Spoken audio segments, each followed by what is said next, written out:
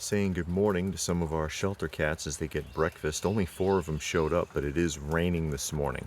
But there will be others along shortly. And then our newest additions hiding in here out of the rain. Hey guys, good morning. They're much too young to go to the vet.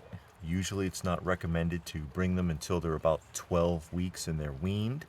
And then we'll see about getting them taken care of and possibly adopted.